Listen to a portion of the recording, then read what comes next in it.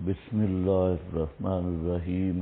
ان الذین کفروا، یہ تخویف اخروی ہے، بے شک وہ لوگ جنہوں نے کفر کیا۔ اس کو بند کر دو۔ ان الذین کفروا، بے شک وہ لوگ جنہوں نے کفر کیا، لو ان لہم ما فی الارض جمیعا، ثمرہ اخروی بالفرض اگر ہو واسطے ان کے ما فی الارض جمیعا، جو کچھ بیچ زمین کے ہے سارے کا سارا، ومثلہ اور اتنا اس کے ساتھ، معہو اتنا اس کے ساتھ اور بھی، تاکہ فدیہ دیں ساتھ اس کے، من عذاب یوم القیامہ، قیامت کے دن کے عذاب سے، ما تقبل منہم، نہیں قبول کیا جائے گا ان سے، اور بعد سے ان کے عذاب عظیم، عذاب دردناک ہے۔ یریدون، ارادہ کریں گے، ان یخرجوا من النار، لیکن نکل جائیں آگ سے، وما ہم، اور نہیں ہوں گے وہ، بخارجین منہا، نکلنے والے اس آگ سے، ولہم عذاب مقیم، واسطے ان کے عذاب مقیم دائم، ہمیشہ رہنے والا۔ اب دیکھو یہ کیا ہے؟ تخویف اخروی، آخرت کا ڈراوا۔ ان الذین کفروا لو ان لہم ما فی الارض، دو باتیں سمجھو، ایک تو ہے کہ لو حرف شرط ہے، اور یہ آپ نے شرح جامی وغیرہ میں پڑھا ہے کہ فعل پہ داخل ہوتا ہے۔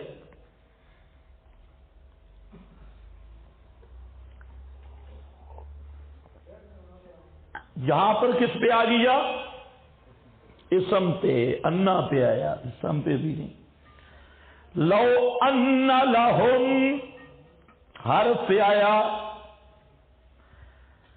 اس لیے یہاں عبارت تھوڑی سی مقدر ہے۔ لو ثبت ان لہم ما فی الارض جمیعا، اگر ثابت ہو جائے بالفرض کہ کافروں کے لیے ما فی الارض، مراد خزائن اور دفائن، زمین کے سارے خزانے بطور فرض کے ان کے پاس آ جائیں، ومثلہ،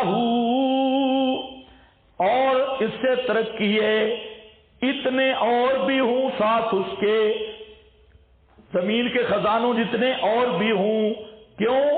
لیفتدوا بہ، تاکہ فدیہ دیں، فدیہ اس مال کو کہتے ہیں جس کو دے کر جان چھڑائی جائے، من عذاب یوم القیامہ، قیامت کے عذاب سے بچ جائیں، تو وہ بھی ان سے قبول نہیں کیا جائے گا، اور ان کے لیے عذاب دردناک ہوگا۔ ارادہ کریں گے نکلنے کا، لیکن نکل نہیں سکیں گے۔ ایک تو جہاں ان الذین کفروا فعل ذکر کیا، ان للکفار نہیں فرمایا کہ کافروں کے لیے نہیں، ان الذین کفروا، بے شک وہ لوگ جنہوں نے کفر کیا، ایک ہے للکفار، ایک ہے کفروا۔ اس میں نقطہ یہ ہے، کفروا پوری زندگی میں ایک دفعہ بھی کفر کیا، ایک لمحہ بھی کفر کیا، اور توبہ کی توفیق نہیں ہوئی۔ کیا کہہ رہا ہوں؟ کفروا کا حدث ہے نا، ایک سیکنڈ بھی کفر کیا، ایک سیکنڈ، چاہے مرنے سے پہلے یا پوری زندگی میں، اور اس سے توبہ نصیب نہیں ہوا، تو اس کے لیے یہ سزا ہوگی۔ ایک سیکنڈ جرم کفر کی یہ سزا ہے، ثبوت کفر کافی ہے، بے ای وجہ کان۔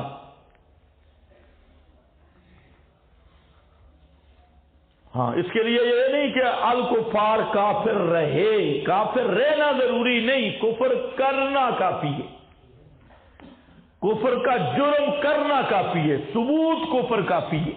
اس لیے یہاں تعبیر ماضی سے کی، ان الذین کفروا۔ ایک دوسرا اس میں موصول قائم مقام علت کے ہوتا ہے. آگے 3 سزائیں ہیں، اس کو ذرا اچھی طرح سمجھنا ہے. یہ 3 سزائیں ان کی علت کفر ہے. کیا کہا میں نے؟ 3 سزائیں آئیں، 3 سزاؤں کی علت کفر ہے. 3 سزاؤں کی علت کفر ہے. اور ضابطہ کیا ہے کہ یدار الحکم علی علت ہی، حکم کا دار و مدار کس پہ ہے؟ اس لیے یہ 3 سزائیں ایمان والوں کی نہیں ہیں. یہ 3 سزائیں کس کی ہیں؟ کفر کی. اس بات کو اچھی طرح سمجھنا، اشکال کا میں ذکر کرتا ہوں. دیکھو، ان الذین کفروا لو ان لہم، پہلی سزا اور ثمرہ اخرویہ ہے. پہلی سزا اللہ فرماتے ہیں بالفرض ساری دنیا کے خزانے اور دفائن ان کو قیامت کے دن مل جائیں، اور اتنے اور بھی ان کی ملکیت میں آ جائیں، اور یہ فدیہ دینا چاہیں کہ ان کو عذاب سے چھڑا دیا جائے، تو یہ فدیہ قبول نہیں کیا جائے گا. ایک ما تقبل منہم، دوسرا وَلَهُمْ عَذَابٌ عَلِيمٌ، اور بعد سے ان کے عذاب دردناک ہوگا، دردناک عذاب. 2 اور تیسرا یریدون ان یخرجوا من النار، ارادہ کریں گے نکلنے کا آگ سے. وما ہم بخارجین، اور نہیں ہوں گے وہ نکلنے والے، منہا، اس آگ سے. وَلَهُمْ عذاب مقیم، یہ اسی کا تتمہ ہے. نکل نہیں سکیں گے یعنی عذاب دائمی ہوگا. مقیم، تو کتنی سزائیں آئیں؟ 3. یہ 3 سزائیں یہ کس کے ساتھ خاص ہے؟ کافر کے ساتھ. مومن کے لیے 3 سزائیں نہیں. اب اصولی مسئلہ سمجھو.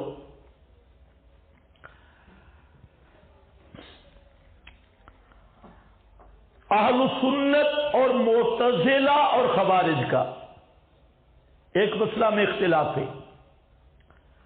وہ مسئلہ یہ ہے کہ اہل سنت کے نزدیک بعض موحدین گناہوں کی وجہ سے جہنم میں جائیں گے،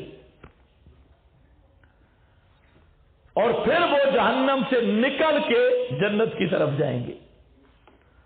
جبکہ خوارج اور معتزلہ ان کا نظریہ یہ ہے کہ جو جہنم میں ایک دفعہ چلا گیا پھر نکل کے جنت میں نہیں جا سکتا. ہمارے پنجاب میں اب بعض ایسے مولوی پیدا ہو گئے ہیں جنہوں نے علل اعلان یہ بات کی کہ جو جہنم میں جائے گا، اور یہ جو لوگ کہتے ہیں وہ جہنم سے نکل کے پھر جنت میں جائے گا، تو وہ مولوی صاحبان کہتے ہیں یہ نرا بکواس ہے. جو جہنم میں گیا ہمیشہ جہنم میں رہے گا، اور جو جنت میں گیا ہمیشہ. اور آپ کے خیبر پختونخوا کے بھی بعض محققین اس کے قائل ہیں. آپ میری بات سمجھے؟ خوارج اور معتزلہ کا یہ نظریہ ہے، اور آج بھی بعض مولوی اس کے قائل ہیں کہ یہ جو نظریہ ہے کہ جہنم میں جا کر پھر جنت میں آئیں گے، اس کی کوئی حقیقت نہیں. وہ بطور استدلال کے اس قسم کی آیات پیش کرتی کہ اب ذرا اس آیت کو دیکھو. یریدون ان یخرجوا من النار، ارادہ کریں گے جہنم سے نکلنے کا، لیکن وما ہم بخارجین منہا، جہنم سے نکل نہیں سکیں گے. اب انہوں نے خواہ مخواہ تعارض بنایا کہ دیکھو جی قرآن پاک صاف کہہ رہا ہے، اس لیے یاد رکھو کہ قرآن مقدس نام کس کا ہے؟ النظم الدال علی المعنی، بار بار کہہ رہا ہوں. اور محفوظیت قرآن کا کیا معنی؟ کہ قرآن کی وہ نظم جو معنی پہ دال ہے، نظم و معنی دونوں محفوظ ہیں.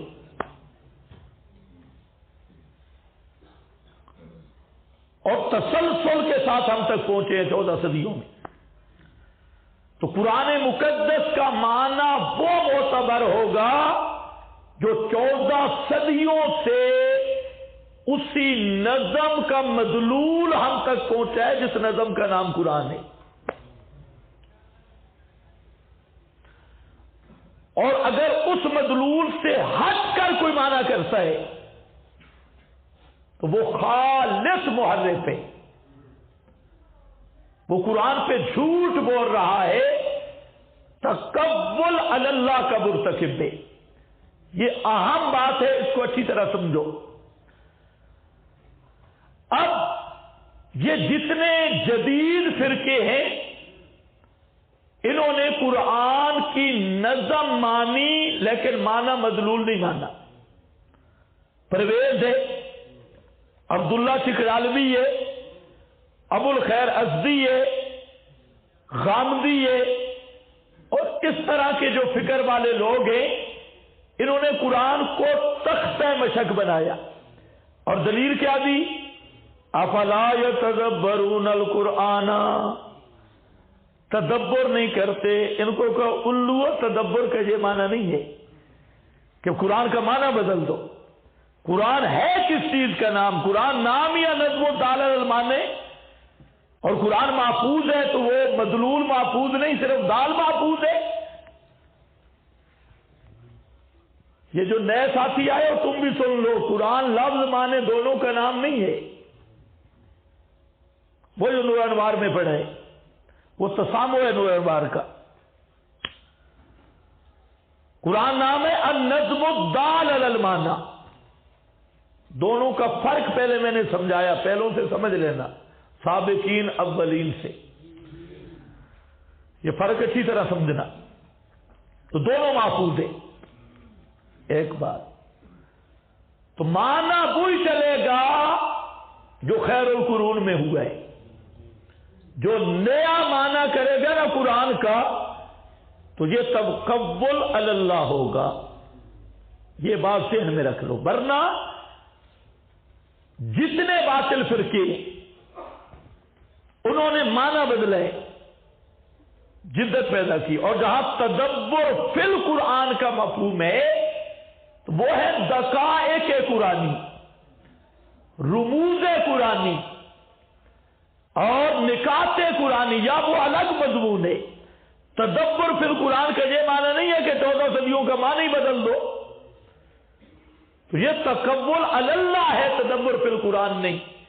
تدبر فی القرآن کہ قرآن مقدس میں غور و فکر کر کے استخراج نکات، استنباط مسائل، استنباط اور معلومات لطائف اور دقائق قرآنیہ، یہ ہے تدبر فی القرآن. اور اس کے عجائب کا ختم نہ ہونا، یہ معنی. اس لیے اچھی طرح سمجھو، ان آیات کو انہوں نے انتہائی غلط استعمال کیا. کیا فلا یتدبرون القرآن، قرآن کو تدبر نہیں کیا. تدبر یہ 14 صدیوں میں غلط سمجھا گیا، ہم نے ٹھیک سمجھا. اور آپ کے جو خطیب ہیں ماشاءاللہ، وہ بھی کہتے ہیں قرآن اترا ارم میں، سمجھا مصر میں گیا، یا وقت وہاں بچرا میں. باقی سارے زمانے خالی ہیں. بے ایمانہ ایسی چبل والی بات. تو قرآن عرب میں اترا تو عرب والوں نے نہیں سمجھا،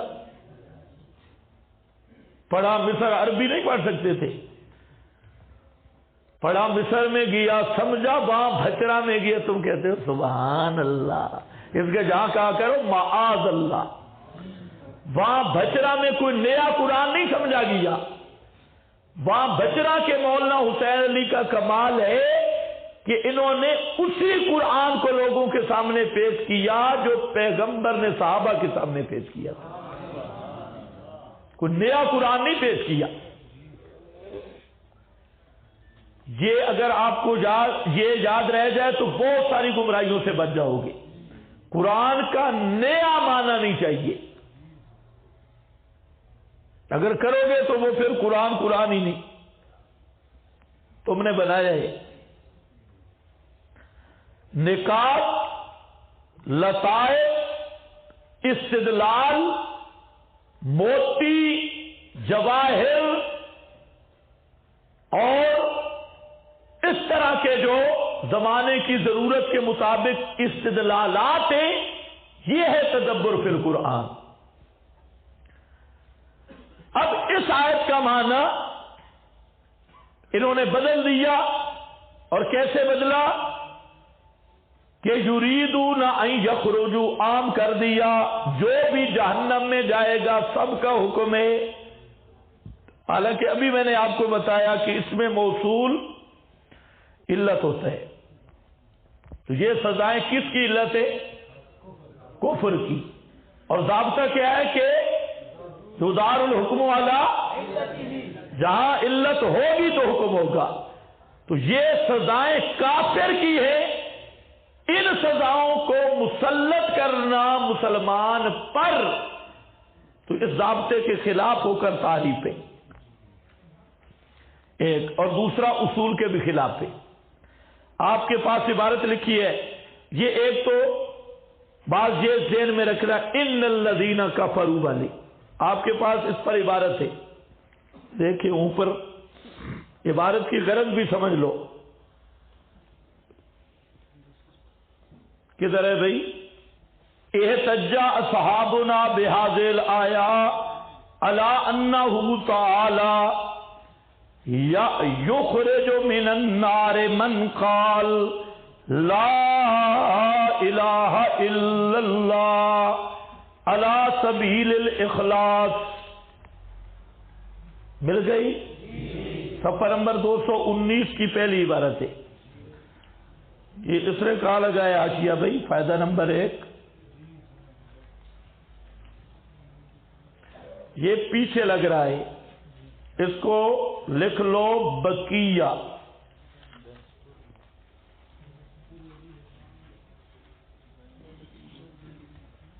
ہاں بیرستور بھی آ گیا، یہ وہ کاتب کی غلطی ہے. احتج اصحابنا بهذه الآیہ علی انہ تعالی یخرج من النار من قال لا الہ الا اللہ علی سبیل الاخلاص. تفسیر کبیر. اصحابنا سے مراد اہل السنت والجماعت. اہل السنت نے اسی سے استدلال کیا. اور استدلال کی تقریر آپ سمجھ گئے یا نہیں؟ کہ یہ سزائیں کس کی علت ہے؟ کفر کی ہے، اہل ایمان کی نہیں. یہ سزا یہ ہو گیا بھائی. وَلَهُمْ عَذَابٌ مُقِيمٌ. اس پر پوری بات انشاءاللہ آ رہی ہے آگے. وہ جو مسلم شریف کی حدیث ہے وہ بھی اپنے مقام پہ. یزید الفقیر ایک بزرگ ہے، مسلم شریف کی کتاب الایمان میں حدیث ہے، لمبی حدیث ہے، آگے اپنے مقام پہ ذکر بھی کی ہے کہ فرماتے ہیں کہ ہم خارجیوں کا گروہ تھا، جوان تھے، تو ہم کعبۃ اللہ کی حج پہ گئے اور ہمارا پروگرام یہ تھا کہ وہاں دعوت بھی دیں گے اور حج بھی کریں گے. تو یہ جو فقیر صاحب ہیں یہ بڑے جوان تکڑے آدمی تھے اور مبلغ تھا بڑا خوارج کا. تو کہتے ہیں جب ہم مسجد میں گئے تو وہاں ایک بوڑھا درس دے رہا تھا اور بوڑھا درس میں آیت یہی مسئلہ بیان کر رہا تھا کہ کچھ لوگ جہنم میں جائیں گے اور پھر جنت میں چلے جائیں گے. تو یہ فقیر کہتا ہے میں کھڑا ہو گیا، میں نے کہا اللہ پہ جھوٹ بول رہا ہے. مسجد میں بیٹھ کر ترا سر پھیرا بھی تھا، مسجد میں بیٹھ کر وہ کھڑا، وہ کہنے لگا، وہ ہنس پڑا. اس نے کہا کیسے جھوٹ؟ کہتے میں نے یہ آیت پڑھی یریدون ان یخرجوا من النار، وہ ارادہ کریں گے جہنم سے نکلنے کا، ان کو وباہم بخارجین. دوسرے مقام پہ اعیدوا فیہا، دوبارہ لوٹا دیے جائیں گے. یہی مضمون ہے، تو تم کہتے ہو جہنم سے نکل جائیں گے، قرآن کہتا ہے واپس کر دیے جائیں گے۔ تو وہ ہنس پڑا بوڑھا اور کہتا ہے پورا قرآن آتا ہے یا مطلب کی احتجاج کی ہے؟ اس لیے میں نے کہا جی میں حافظ ہوں، پورا قرآن آتا ہے کہ اذکر مقام محمد۔ اس نے کہا پھر قرآن میں سے وہ مقام محمود والی آیت ذرا پڑھ، عسیٰ ان یبعثک مقام محمودا، وہ آیت پڑھ ذرا۔ تو کہتے ہیں میں نے پڑھی آیت، تو اس نے مجھے پوچھا کہ مقام محمود کیا ہے؟ تو فقیر کہتا ہے میں تو چپ ہو گیا، مجھے تو نہیں پتا تھا مقام محمود۔ تو آپ نے فرمایا وہ جو بوڑھا تھا اس نے کہا یہ ہے یا مقام الشفاعہ، یہی مقام شفاعت ہے، اور مقام محمود کا یہی مطلب ہے آپ اسی مقام پہ کھڑے ہو کے شفاعت کریں گے اور جہنم سے بعض آدمی نکلیں گے۔ یہ باقی جو تو پڑھ رہا ہے اس کا سیاق و سباق پڑھ، یہ کافروں کے لیے ہے خاص ہے علت کے لحاظ سے بھی۔